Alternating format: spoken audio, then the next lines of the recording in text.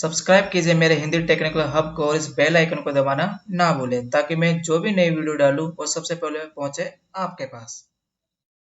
Hello दोस्तों, आज मैं आपको बताऊंगा कि सीएनसी मशीन के लिए जो अपन प्रोग्राम बनाते हैं उन प्रोग्राम के लिए मैनुअल कोऑर्डिनेट कैसे निकालें। जो मैनुअल प्रोग्रामिंग अपन बनाते हैं उसके लिए मैनुअल कोऑर्डिनेट निकालने पड़ते हैं। ये कुछ भाई ऑटोकैड से भी निकाल लेते हैं। मैं आपको बताऊंगा कि आज मैनुअल प्रोग्रामिंग कैसे निकालते हैं। उसके लिए कुछ मैथमेटिक फॉर्मूले हैं छोटे छोटे, जिनकी सहायता से अपन एक्स और जेड की वैल्यू निकाल सकते हैं। तो आज मैं आपको यही बताने वाला हूँ। उसके लिए कुछ अपन को मैथमेटिक फॉर्मूले हैं त्रिभुज के ऊपर।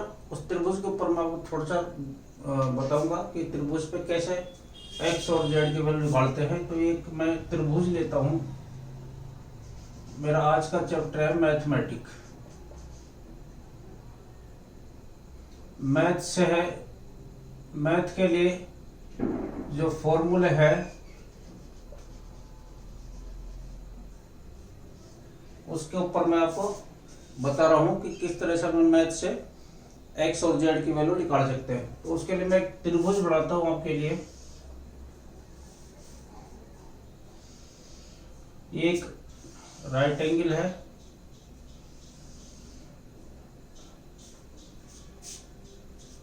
एक समकोण त्रिभुज है। समकोण त्रिभुज में दोस्तों वो होता है जिसका एक कोण 90 डिग्री हो। ठीक है, एक कोण 90 डिग्री हो और दूसरे कोण कोई भी एंगल हो सकते हैं, और त्रिभुज के तीनों कोणों का योग 180 डिग्री होता है। सभी जानते हैं 1 2 3 तीनों एंगलों का जो सम होता है टोटल वो होता है 180 डिग्री। ठीक है दोस्तों, अब मैं समकोण त्रिभुज की बात कर रहा हूं। समकोण त्रिभुज में एक 90 डिग्री है, बाकी एंगल अपन को पता नहीं है। ये उसके लिए बता रहा हूं जहां अपन को चैम्फर यूज करना पड़ता है किसी भी कंपोनेंट के ऊपर। ये चैम्फर है, इस चैम्फर में अपन एक्स और जेड ये कहां से स्टार्ट करें और ये कहां जेड एंड करें। तो इसके जो फॉर्मूले हैं वो फॉर्मूले यहां से आएंगे। यहां से अपन एक्स और जेड की वैल्यू निकालेंगे। ये एक्स हो जाएगा और ये जेड हो जाएगा। ठीक है दोस्तों, अब मैं आपको बताता हूं इसके कुछ गणित के फॉर्मूले। उसके लिए छोटा सा अपन को ट्रिग्नोमेट्री में जाना पड़ेगा। त्रिकोणमिति में त्रिकोणमिति के 3 जो एंगल है साइन कोस टेन, उनके लिए थोड़ा सा अध्ययन करना पड़ेगा। साइन कोस और टेन। ठीक है दोस्तों, ये साइन कोस टेन 3 एंगल है।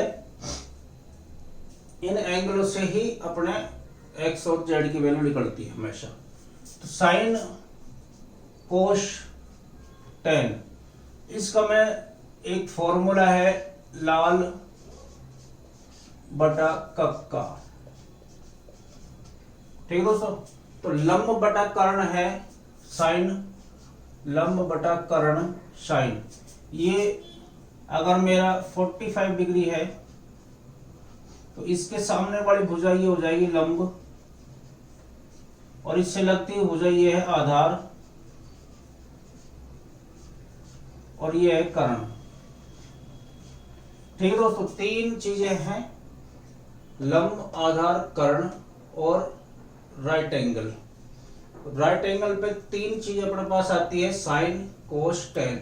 साइन बराबर लंब बटा कर्ण, आधार कोस बराबर आधार बटा कर्ण, और टेन बराबर लंब बटा आधार।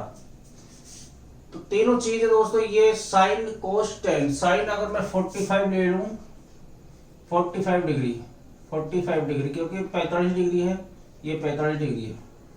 ठीक है, तो लंब कर्ण अगर एंगल दे रखा है और एक इनमें से लंब ये कर्ण दे रखा है, तो अपन किसी भी एक चीज को निकाल सकते हैं पैरामीटर को। इसी तरह से कोस 45 है, उसमें से आधार दे रखा तो कर्ण निकाल सकते हैं, कर्ण दे रखा तो आधार निकाल सकते हैं। इसी तरह इसमें लंब दे रखा तो आधार निकाल सकते हैं, या आधार दे रखा तो लंब निकाल सकते हैं। तीनों दोस्तों अलग अलग चीजें हैं। इन अलग अलग चीजों से ही अपने कोऑर्डिनेट निकलेंगे, एक्स वाई या एक्स जेड, टर्निंग में एक्स जेड निकलता है और बीएमसी के अंदर एक्स वाई निकलते हैं। ठीक है दोस्तों, बहुत अच्छा चैप्टर है, आप ध्यान से देखो। और जो भाई हमारे चैनल पर नए हैं वो अपने चैनल को सब्सक्राइब अवश्य कर ले और बेल आइकन को दबा ले, ताकि जो भी वीडियो बनाता हूँ वो नोटिफिकेशन आपके पास पहुंचता रहे। तो ये आधार, लंब और कर्ण तीनों चीज हुई, तीनों चीजों से अपने एक्स वाई और जेड की वैल्यू निकलेगी। लंब बटा कर्ण, आधार बटा कर्ण, लंब बटा आधार। तीन कोण है, साइन कोस टेन। ठीक है दोस्तों, इतनी समझ में आ गई। अब चलते हैं आगे। एक है पाइथागोरस थ्योरम। पाइथागोरस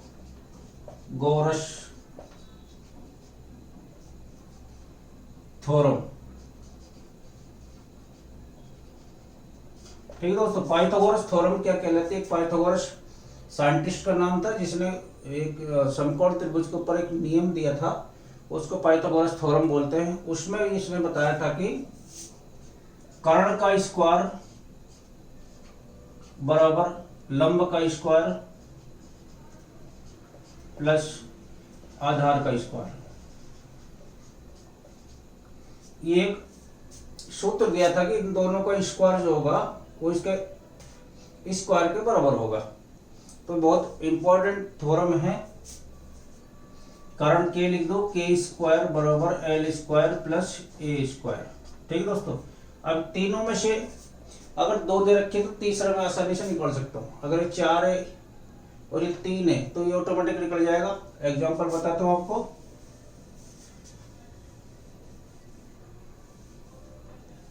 ये एल हो गया, ये ए हो गया, ये के हो गया। अगर मैं 3 रख दूं, ये 4 रख दूं तो कितना आ जाएगा के की वैल्यू? तो के स्क्वायर यहां लिख देता हूं, के स्क्वायर बराबर ए स्क्वायर, लंब स्क्वायर, लंब का मतलब 3 का स्क्वायर प्लस ए का स्क्वायर, 4 का स्क्वायर बराबर 9 प्लस 3 इंटू 3 और 4 इंटू 4 16, और के स्क्वायर बराबर कितना हो जाएगा? 25। अब के बराबर निकालना है तो के पे ये अंडर रूट लगा दो 25 पे, तो के का मान आ जाएगा 5। तो दोस्तों के बराबर हो जाएगा 5। तो इस तरह से अपन त्रिभुज के नियम से, समकोण त्रिभुज के नियम से अपन कोई भी एक भुजा निकाल सकते हैं। अगर 2 दे रखी है तो तीसरी कोई भी निकाल सकते हैं। अगर मेरे को ए निकालना है तो ए स्क्वायर बराबर के स्क्वायर माइनस एल स्क्वायर। ठीक है दोस्तों, ये फॉर्मूला आ जाएगा। अगर अपन को निकालना है एल स्क्वायर तो के स्क्वायर माइनस ए स्क्वायर, तो ये दोस्त ये लग जाएगा। अब एल की वैल्यू निकालने के लिए अंडर रूट यहाँ चला जाता है इस तरह से, और यहाँ ए निकालना है तो अंडर रूट यहाँ आ जाएगा। ठीक है दोस्तों, करने के नीचे आ जाएगा। तो ये छोटे छोटे फॉर्मूले हैं जिनको आपको याद करना है। जो 8वीं 10वीं क्लास के बच्चे हैं, 12वीं तक तो बहुत अच्छे से इनका यूज हो जाता है, और जो प्रोग्राम बनाते हैं उनके लिए भी ये बहुत आवश्यक है। जो ऑटोकैड को नहीं जानते हैं वो मैनुअली प्रोग्राम बनाते हैं, तो उनको ये बहुत ज़रूरी, सीखना ज़रूरी हो जाता है। तो कोई ज़्यादा डिफिकल्ट नहीं है। साइन कोस टेन की वैल्यू याद रखिए, और लंब, कर्ण और आधार में से किसी एक को निकाल सकते हैं, 2 दे रखिए तो। ठीक है दोस्तों, अब मैं कुछ आपको टेबल बताता हूँ। उस टेबल के साथ साथ जो एंगल है, अगर 30 है या 45 है, 60 है, तो उसके लिए एक कांस्टेंट वैल्यू है, मैं आपको बता देता हूँ। बहुत अच्छी टेबल, आप उसको लिख ले और रट ले।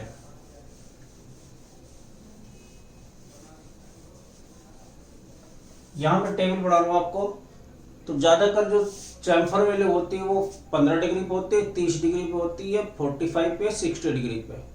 4 एंगल है दोस्तों, चारों एंगलों पे मैं आपको वैल्यू बता रहा हूँ, उनको मल्टीप्लाई करते रहना। किस तरह से यूज करना है वो आपको बता दूंगा। तो यहां मैं लिख देता हूं साइन, यहाँ कोस और यहाँ टेन। ये 0 डिग्री है दोस्तों,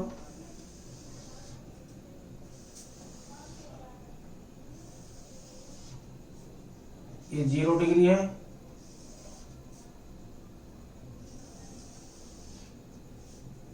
15 डिग्री, 23 डिग्री, 45 डिग्री, 60 डिग्री और 90 डिग्री। ठीक है दोस्तों, 4, 15, 30, 45, 60 और 90 का इतना महत्व तो नहीं है जितना 15, 30, 45, 60 है। 15, 30, 45, 60 के अपने पास चैम्फर होते हैं मैक्सिमम 99% केसों में। अगर आपके पास और भी एंगल आते हैं तो आप कैलकुलेटर की सहायता से आप यूज कर सकते हो, क्योंकि कैलकुलेशन थोड़ी सी डिफिकल्ट पड़ जाती है। मैं तो निकाल दूंगा पर आपके लिए थोड़ी सी डिफिकल्ट हो जाएगी। तो मैं आपको वैल्यू बता देता हूँ। साइन अगर 0 है तो यहाँ 0 आएगी वैल्यू। 15 डिग्री है, 15 डिग्री मैंने कैलकुलेशन लिखा रखे 2588 0.2588 ये वैल्यू है। ठीक है दोस्तों, और 30 डिग्री की है 1/2 यानी कि 0.5 1/2, और 45 डिग्री की 1/√2 1/√2 का जो डिजिटल में आएगा, डेसिमल में वो आएगा 0.7071।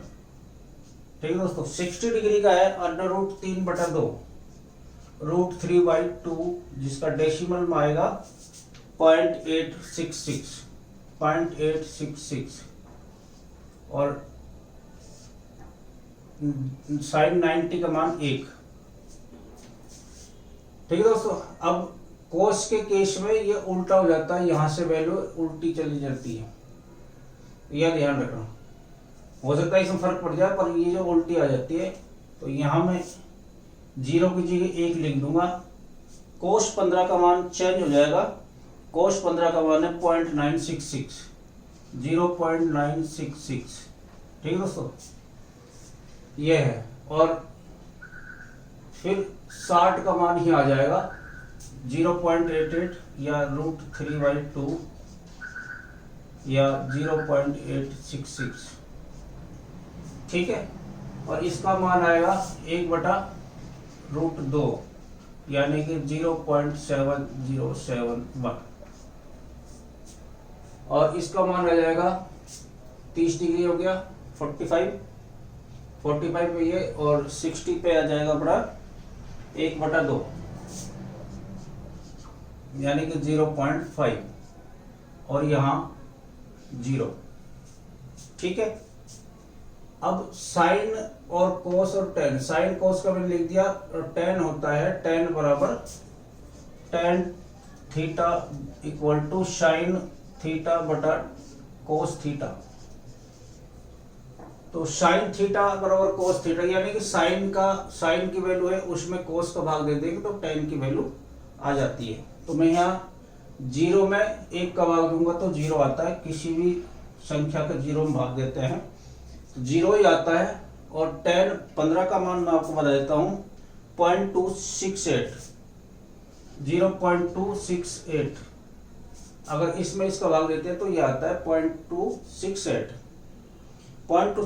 उसके बाद है 1/√3, इसमें इसका भाग देंगे 1/√3, ये आ जाएगा। और इसकी वैल्यू जो होती है वो है 0.577। ठीक है दोस्तों, 0.577। और tan 15 का मान tan 45 को सॉरी 1/√2 में 1/√2 का भाग देंगे, ऊपर नीचे क्रॉस हो जाता है, भाग दे के देखता हूं मैं आपको बताता हूँ कैसे दे रहे हैं। भिन्न संख्या का 1/√2, जब दूसरी संख्या का भिन्न का भाग देते हैं तो ये क्रॉस मल्टीप्लाई करके उल्टी हो जाती है, √2/1। तो √2 से 2 कट जाता है तो ये 1/1 इक्वल टू 1। ठीक दोस्तों, ये आ जाएगा 1। और tan 60 का मान tan 60 √3 है, √3 इसकी वैल्यू है 1.732। और tan 90 का मान दोस्तों इनफाइनाइट है, अनंत। तो तो दोस्तों मैंने आपको बहुत अच्छी टेबल बताई है, इसके यूज कैसे करना है वह मैं आपको अभी बताऊंगा। तो सबसे पहले आप टेबल को देख ले, और जिन भाइयों को नोट करना है वो नोट कर ले, ताकि जो मैनुअल प्रोग्रामिंग बनाते हैं, मैनुअल कोऑर्डिनेट निकालते हैं, उनके लिए बहुत रामबाण सारणी है ये टेबल है। तो आप इसको उतार ले, लिख ले, उसके बाद मैं आके चलता हूँ। ठीक है दोस्तों, आप शायद नोट कर लिया होगा, मैं मिटाता हूँ।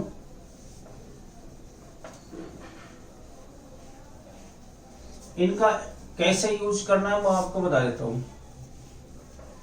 साइन कोस टेन, इन तीनों का वैल्यू कैसे निकालना है, कैसे यूज करना है, कैसे एप्लीकेशन इनकी है, वो आपको थोड़ा सा हिंट दे देता हूँ, ताकि आप बहुत आसानी से इनका प्रयोग कर सकते हैं।